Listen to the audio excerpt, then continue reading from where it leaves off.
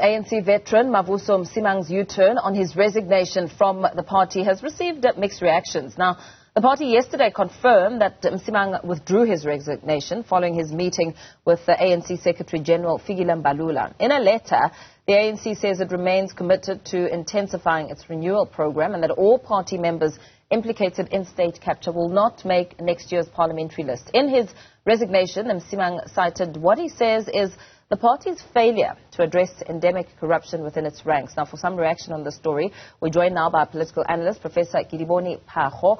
Professor Phago, very good morning to you. Thank you so much for your time. The ANC says it's pleased that Msimang has agreed to withdraw his resignation and will then continue to speak up against any malfeasance impacting the interests of society. What do you make of Msimang's change of heart? Good morning, Mpo, and thank you for having me here. Yes, it is quite a very interesting situation because firstly, Dr. Msimang is a very towering individual who has an impeccable record, not only for struggle credentials, but also his role in government and, living up to the ethical expectations of our constitution. So I think there are many people of his caliber in the ANC who are currently very frustrated because obviously we know that since the Polokwane conference, ANC has taken a completely different turn.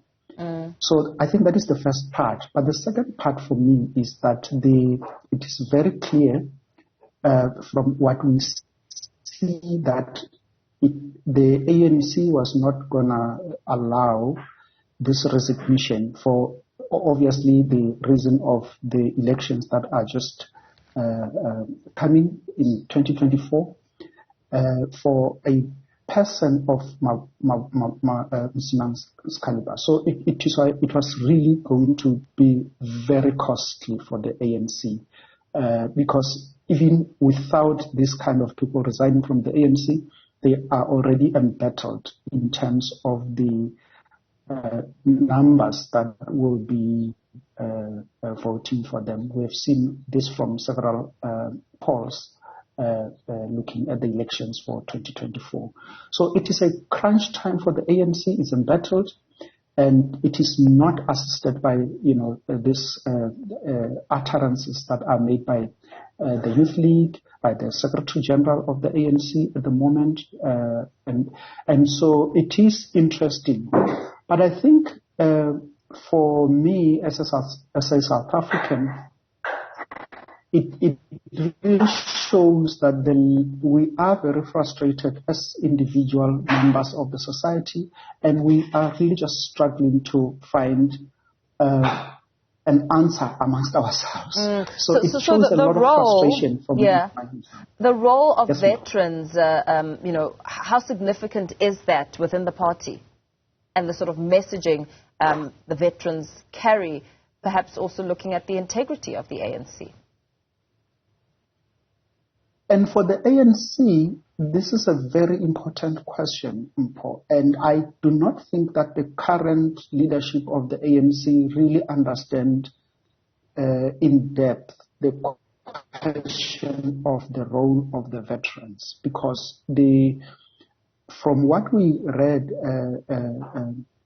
in the letter of resignation of Dr. Msimang, it was very clear that the veterans themselves are struggling to reach out to the ANC's top six and the NEC and the NWC to get their messages attended to. A significant number of them have actually now are leading some of the committees, but I think as a collective, the veterans are really entitled, and they really should be listened to within the party because they carry the history, they carry the moral standard, they carry the values of the organization in a significant way. ANC is a very colorful party in terms of its history, but we know the current situation has actually it's telling us ANC is a completely different party from what it used to be. In that devastating letter, Msimang raised a myriad of issues which the party had failed to tackle, including, of course, the party allowing its members implicated in state capture to be nominated to serve in parliament and provincial legislatures in next year's elections. With elections around the corner, how much of a tight corner do you think this places the party, especially with the commitment it's made and the internal factions that the party has to deal with? Yes, and from what we are reading now, it appears that that is actually the middle ground that Msimang and the Veterans League and the ANC found each other on that point, that if we can make sure that people who have been implicated by the Zondo Commission that looked into the state capture are not going to participate in the legislatures, that would help to sort of bring ANC as a party that represents the proper values. But I think that it's just a drop in the ocean. We really have a lot of expectations. There are just too many problems that the ANC is embattled with, and these are leadership questions, because these people who are going to national and provincial legislatures, even municipal legislatures, are actually the leadership bearers of the ANC, and they have access to public policy and governance processes. So they really have a lot of influence and control on our taxes.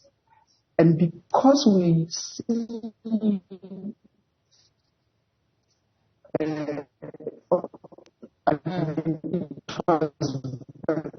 okay, I think we perhaps, in the Zondo Professor, Commission on the role of many of these in SOEs.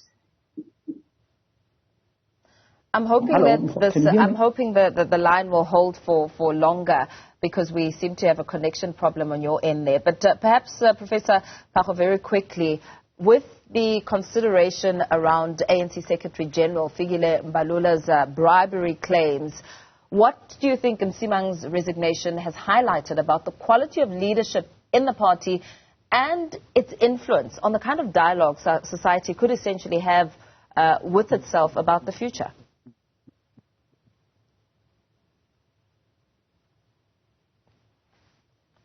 Okay, we appear to have lost now political analyst Professor Kedibone Phago.